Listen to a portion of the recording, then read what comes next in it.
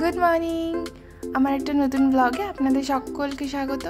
আজ বাড়িতে পুজো, তাই সকাল থেকে ভীষণ তোড়জোড় শুরু হয়েছে। সকালবেলা বাবুর জন্য 1 কাপ লাল চা আর মুড়ি, আর আজকে রান্নাঘরের দায়িত্বে আমি। পুজো হচ্ছে কিন্তু রান্না করতে হবে, কারণ বাবুর অফিস আছে।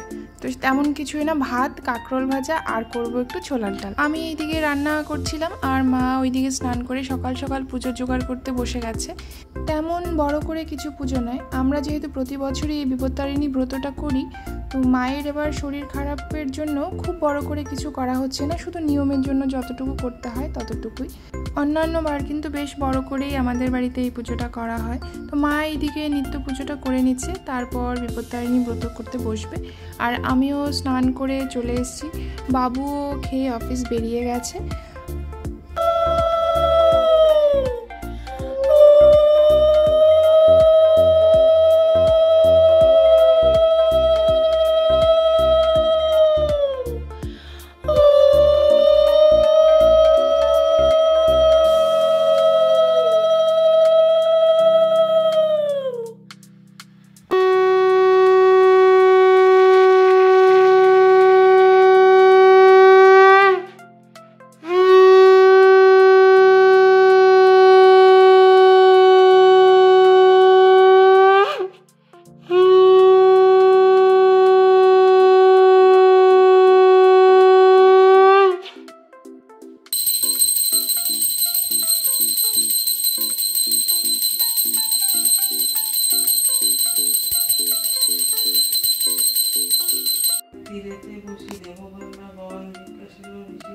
আমরা এবার চেষ্টা করেছি খুব সকাল সকালই পুজোটা সেরে ফেলার, কারণ মা উপোস করলে মা জল অবধি খায় না, আর মায়ের যেহেতু অনেকগুলো ওষুধ আছে সেই জন্য সকাল সকালই পুজোটা শেষ করার চেষ্টা করেছি।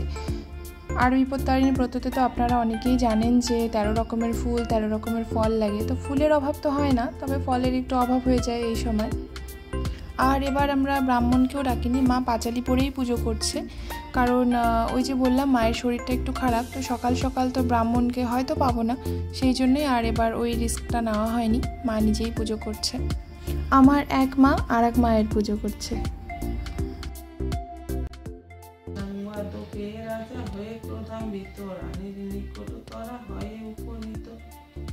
ক্রোধে বলিল তারে আরক্ত নয়ন, আমার নিকট বল সুসপ্ত বচন। ধর্মপত্নী তুমি মম ধর্মের সহায়, করো তাহা যাতে মোর ধর্ম রক্ষা পায়। কোন দ্রব্য চামারিনী দিল তব পাশ, সত্য করি মোর কাছে করহ প্রকাশ। আমার নিকট যদি বল মিথ্যা বাণী, নিশ্চয় তোমার প্রাণ হারাইবে রানী। রানী বলে ফুল পুষ্প দিয়াছ আমারে, তাহা আমি রাখিয়াছি যত্ন সহকারে। নিত্য ক্রিয়া বাকি আছে করি সমাপন, তোমাকে সকল আমি। পুজো আমাদের শেষ হয়ে গেছে, এখানে নিত্য পুজো তো আগেই হয়ে গেছে, তারপর বিপত্তারিণী ব্রতও শেষ হয়ে গেল। এরপর আবার খিচুড়ি ঘ্যাট এইসবের জোগাড়জান্তি করতে হবে। এবার আমি আর মা মিলে ওইগুলো করব। খুব ছোট করে করলেও কয়েকজনকে তো একেবারে না বললেই না হয়। আর বাড়িতে এরকম ছোট করেই হোক বা বড় করেই হোক, কোনো অনুষ্ঠান কোনো পুজো, তাতে লোকজনের একটু সমাগম না হলে কিন্তু ভালো লাগে না, বলুন। আজ শনিবার আমরা এই বিপত্তারিণী ব্রত করছি, মঙ্গলবার যেহেতু আমি চলে যাব, তো খুব কম সময়ের মধ্যেই আমরা এই সিদ্ধান্ত নিয়েছি যে আমরা শনিবার দিনই পুজোটা করব। আর মাকেও আমি বললাম যে যেহেতু শরীর খারাপ মায়ের, আমি চলে গেলে পরে মায়ের একা একা করাটা একরকম সমস্যাই হবে, তো সেই জন্যেই আর কি এই স্বল্প আয়োজন। তবে এই ছোট আয়োজনের মধ্যেও খুব সুন্দরভাবে সুষ্ঠুভাবে পুজো হয়ে গেল। আর যেহেতু ভীষণ গরম পড়েছে, তো এদিকে এসি চালিয়ে সব দরজা জানালা বন্ধ করে এদিকে পুজো হচ্ছিল বলে ধূপধুনোর ধোঁয়ায় ঘর একদম পুরো ভরে গেছে।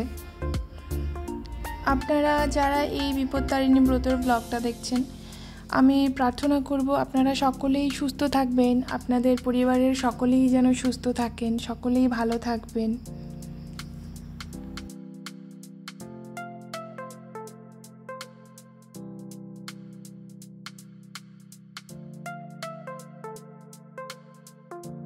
পুজো তো এইদিকে শেষ, আর আমি ওইদিকে পুজো কমপ্লিট করে চলে গিয়েছিলাম বাগানে। আগের দিন আপনাদের একটা পুঁইশাক গাছ দেখিয়েছি, তো বলেছি যে আমাদের বাড়িতে যেহেতু কেউ পুঁইশাক খায় না, মা ভালোবাসে তবে মায়ের বারণ আছে থাইরয়েডের জন্য। আজকে সেটা কেটেছি, মিক্স ভেজ যেটা হবে, যেটা ঘ্যাট হবে খিচুড়ির সঙ্গে, ওটাতে দেওয়ার জন্য।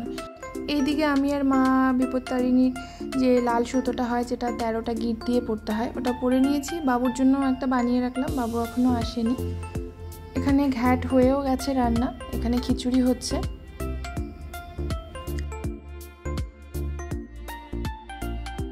এখানে আমি আর মা দুজনে রান্নাও করছিলাম, অনেক গল্পও করছিলাম। অ্যাকচুয়ালি রান্নার থেকে বেশি গল্প করছিলাম। আমি তো বলেইছি যে একটা সময় পর মায়ের মতন ভালো বন্ধু আর কেউ হতে পারে না। তো আমি আর মা কিন্তু প্রচুর প্রচুর প্রচুর গল্প করি। আমরা রান্না করতে করতে গল্প করি।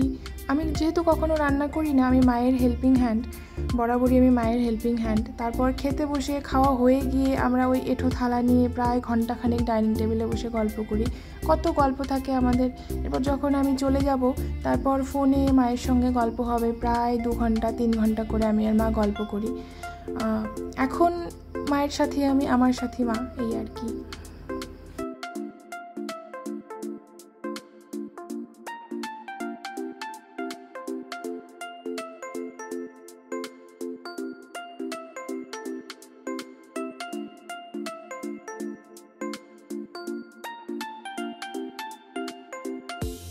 রান্নাবান্না সব হয়ে যাওয়ার পর রান্নাঘর পরিষ্কার করে সব ধুয়ে মুছে রেখে আমি চলে গিয়েছিলাম স্নানে। আমার কিন্তু হয়ে গেল এবার নিয়ে 3 বার স্নান।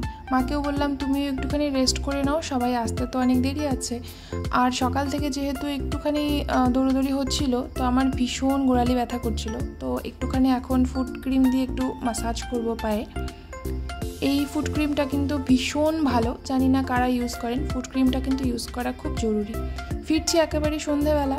বিপত্তারিণী ব্রতের নাকি এই তেল সিঁদুরটাই আসল। তো কাকিমণি এসছে, মা আর কাকিমণি একটু সিঁদুর খেলছিলেন। বাকি কারো ক্লিপ আমার নেওয়া হয়নি, আমি একটু ঘুমিয়েই গেছিলাম অ্যাকচুয়ালি। এর মধ্যে আবার অনেকে এসে চলেও গেছে। এইদিকে মা কাকিমণি সিঁদুর খেলছিল, তো আমি বলছিলাম কই আমায় তো কেউ সিঁদুর লাগালে না। তো এবার আমায় একটু লাল করে দিচ্ছিল। আর এর মধ্যে কিন্তু আমার আরও একবার স্নান হয়ে গেছে। এত গরম পড়েছে আর আমি একেবারেই গরম সহ্য করতে পারি না, ওই জন্য আমি বারবার করে স্নান করি। তো এই ছিল আমার আজকের একটা ছোট্ট ব্লগ। আশা করছি আপনাদের সকলের ভালো লাগবে। দেখা হচ্ছে অন্য কোনো ব্লগে। ততক্ষণ ভালো থাকবেন, সুস্থ থাকবেন। Bye bye.